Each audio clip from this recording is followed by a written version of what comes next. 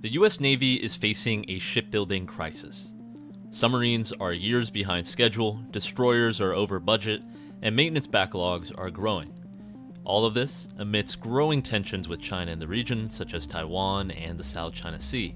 However, cooperation with one longtime U.S. ally, Japan, offers the potential to ease these challenges and amplify U.S. naval power in the region. During World War II, U.S. wartime production was nothing short of extraordinary. American shipyards turned out thousands of vessels, supplying the fleets that won the Atlantic and Pacific. But when peace came, that dominance quickly faded. Naturally, wartime demand collapsed, subsidies were rolled back, and international competitors such as Japan and South Korea entered the market. Additionally, legislation like the Jones Act, which long aimed at protecting the domestic industry, also made the U.S. shipbuilding sector less competitive on the global stage.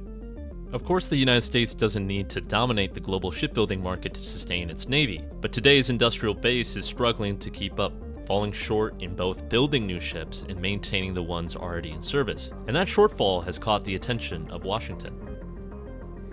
The reality is, we have no more ships today than we did back in 2003 when the Navy released its first 30-year shipbuilding plan, calling for a substantial increase in fleet size.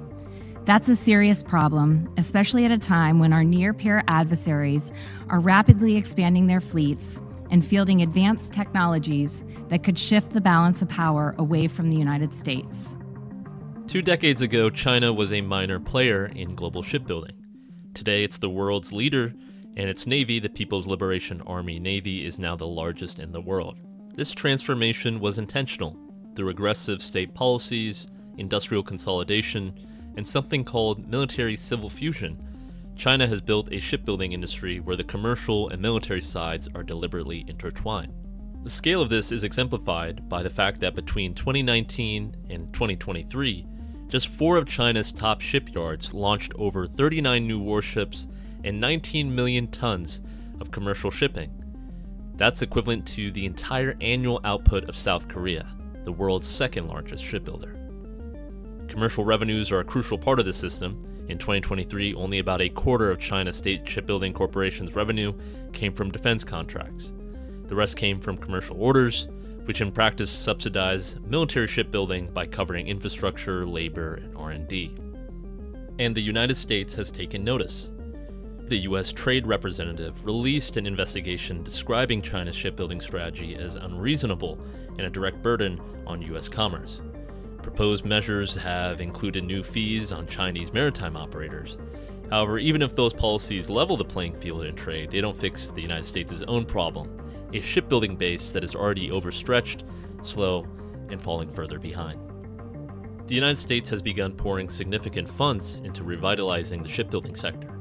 At the same time, it's looking outward, exploring agreements with Indo-Pacific partners like India, South Korea, and Japan, to allow U.S. vessels to conduct more repairs abroad. Of those partners, Japan stands out.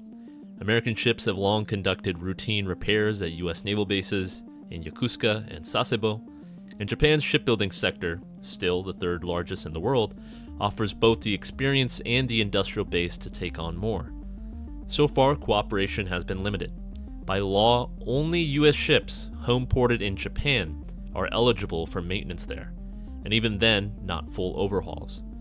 But that's beginning to change. In recent years, US and Japanese officials have expanded cooperation, and Japan has already carried out its first extensive overhaul of an American vessel. The benefits are obvious. According to the Navy, forward-deployed ships in Japan operate at a higher tempo than those based elsewhere, and by being stationed in Japan, they cut an average of 17 days in transit time compared to ships sailing from the continental US. In an era where every day counts, that's a strategic edge the Navy can't afford to ignore. On paper, Japan looks like the perfect partner to conduct maintenance for the US Navy. But the reality is far more complicated. Japan is still the world's third largest shipbuilder, yet its industry has been under heavy pressure for decades. Low-cost competition from both China and South Korea has steadily eroded Japan's global market share, and many of its yards currently face labor shortages and aging infrastructure. Even where Japan has capacity, there are limits. Many shipyards already run close to full. additionally balancing contracts from both the Japanese Navy and its commercial customers. Technical barriers make it harder too. US and Japanese shipyards use different standards and regulations, meaning extra coordination would be needed for complex systems like weapons and propulsion. And then there's the law. By rule, only US ships homeported in Japan can undergo maintenance, immediately narrowing the scope of cooperation. Despite these challenges, US and Japanese officials continue to discuss ways to explore cooperation. Even limited agreements can ease America's shipyard backlogs, freeing up space for maintenance at home and allowing US yards to focus more on new construction.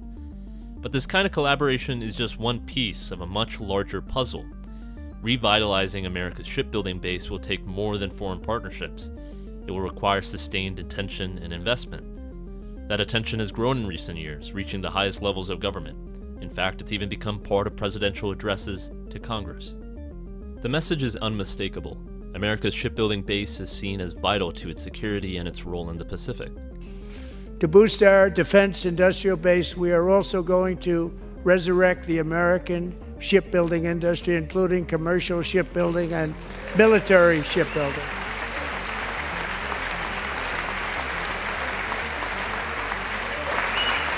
And for that purpose, I am announcing tonight that we will create a new Office of Shipbuilding in the White House and offer special tax incentives to bring this industry home to America where it belongs. We used to make so many ships.